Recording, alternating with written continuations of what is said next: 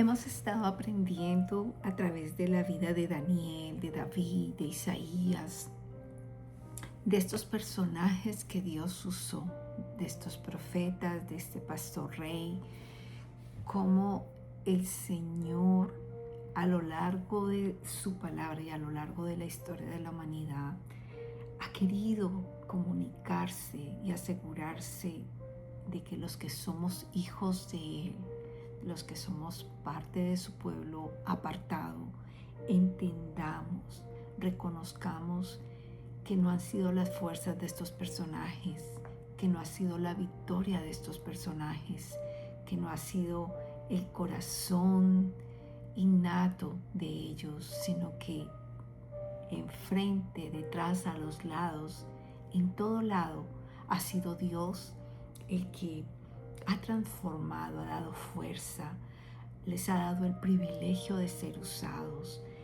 de que esa sabiduría, ese discernimiento, esas fuerzas, esa valentía que han tenido que tener ellos, porque en la mayoría de los profetas no fueron los mejores mensajes que el pueblo quisiera escuchar, pero lo hicieron en una total obediencia, porque Dios inclinó su corazón y les mostró el gran privilegio de ser usados por Él. Y estamos aprendiendo acerca de ellos para que tú y yo comprendamos que en medio de las circunstancias que podamos estar pasando, que en medio de todas las pruebas, por difíciles que éstas sean, que todas aquellas cosas buenas que quizás hemos logrado, hemos obtenido, hemos alcanzado, no hemos sido nosotros, que definitivamente la gloria es para el Dios vivo, del cual tiene misericordia todos los días de nuestra vida. Hoy vamos a ver a Ezequiel. Ezequiel fue un joven de más o menos 25 años, dicen los estudiosos, que fue parte de alrededor de 10,000 hijos de Dios que fueron tomados en cautiverio por Babilonia.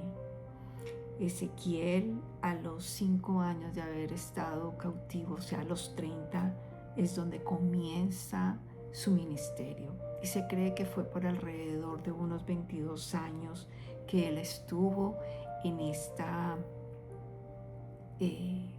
proceso que el Señor lo usó. Se cree que fue más o menos en el 593, 592 años antes de Cristo.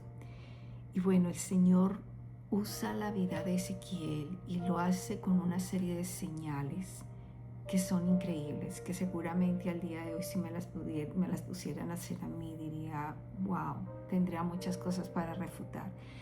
Pero este hombre, como los que hemos visto anteriormente, simplemente dijo, ok, lo voy a hacer.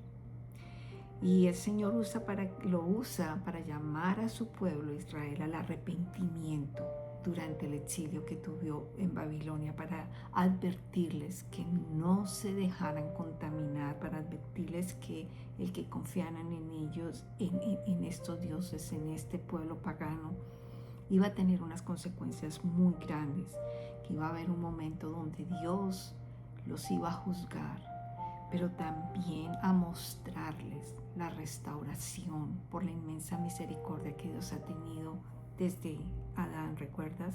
Hasta el día de hoy, y lo tendrá porque Él lo ha prometido por su nombre. Así que empiezan a haber señales como el ladrillo que representaba a Jerusalén sitiada, y esto lo podemos ver en Ezequiel 4:1-3. También le dice que se acueste por 390 días sobre el lado izquierdo, y cuando llega el 390 días, luego le dice el siguiente: vas a dormir 40 noches sobre el lado derecho. ¿Qué pasaba con esto? Representaba los años del pecado y la culpa de Israel y de Judá. Luego le dice, comiera pan medido y bebiera agua por ración. Esto lo encontramos en Ezequiel 4:9-17, porque quería anunciar que iban a pasar hambre y que habría escasez durante la sitiada de Jerusalén. Luego le dice que se afeite la cabeza y la barba. Esto lo encontramos en Ezequiel 5:1-4, y le dice que separe los cabellos para representar una parte iba a ser por pestilencia, iban a morir, otros iban a morir por espada y otros iban a morir de hambre. Luego le dice que prepare un equipaje, que recoja todas sus cosas y le dice que luego salga por un hueco de la ciudad. Esto lo encontramos en Ezequiel 12, 3, 7. Así iban a estar, representaba cómo iban a estar los habitantes de Jerusalén llevados cautivos. Luego le dice que coma con temblor y con miedo la bebida. Lo encontramos en Ezequiel 12, 17, 20. Esto iba a representar cómo el pueblo se iba a sentir de abrumado, de abatido cuando viniera juicio. Fallece la esposa de Ezequiel como otra señal y le dice que no puede hacer duelo público. Esto lo encontramos en Ezequiel 24, 15, 24. Y era mostrándole a su pueblo que cuando hubiera la destrucción del pueblo quedarían tan devastados que no podrían ni siquiera hacer duelo. Luego le dice, hay un tiempo de silencio, porque Dios es el que decide cuándo hablar. Entonces enmudece al profeta para cuando no quería hablar, y luego cuando hablaba le renovaba la voz al profeta.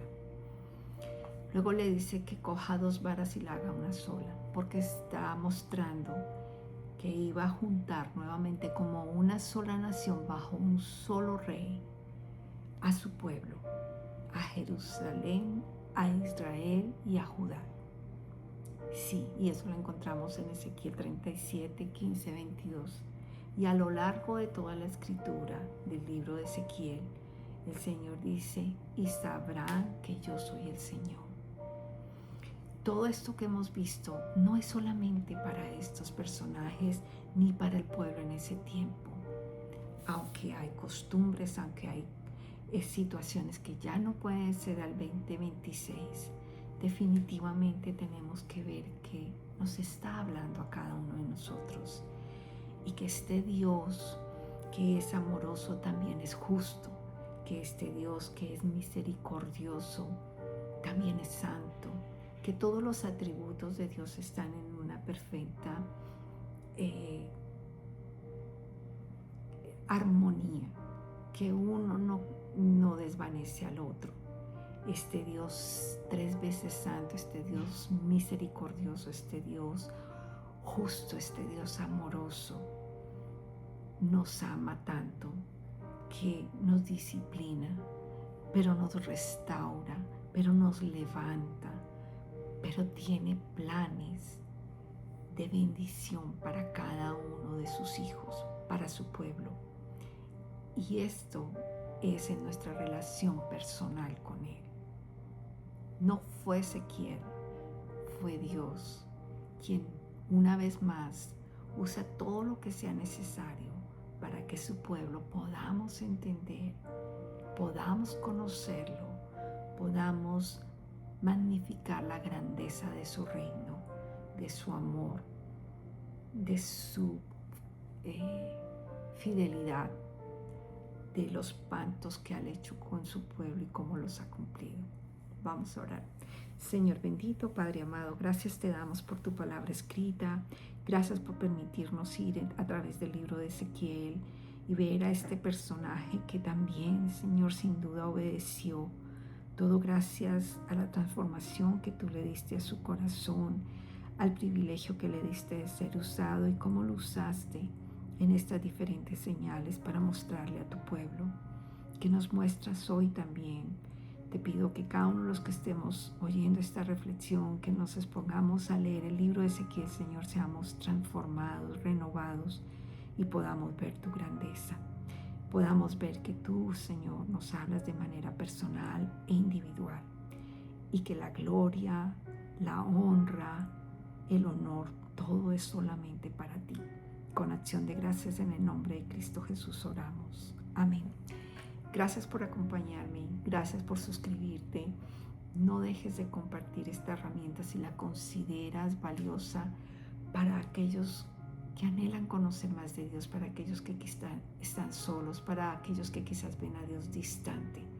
No es un Dios distante, es un Dios amoroso. Y si tú aún no has nacido esa esperanza, pero estás escuchando este mensaje, es porque Dios tiene un plan para ti. Así que te animo a seguir escudriñando las Escrituras, a seguir oyendo acerca de la grandeza del Dios vivo. Nos vemos pronto.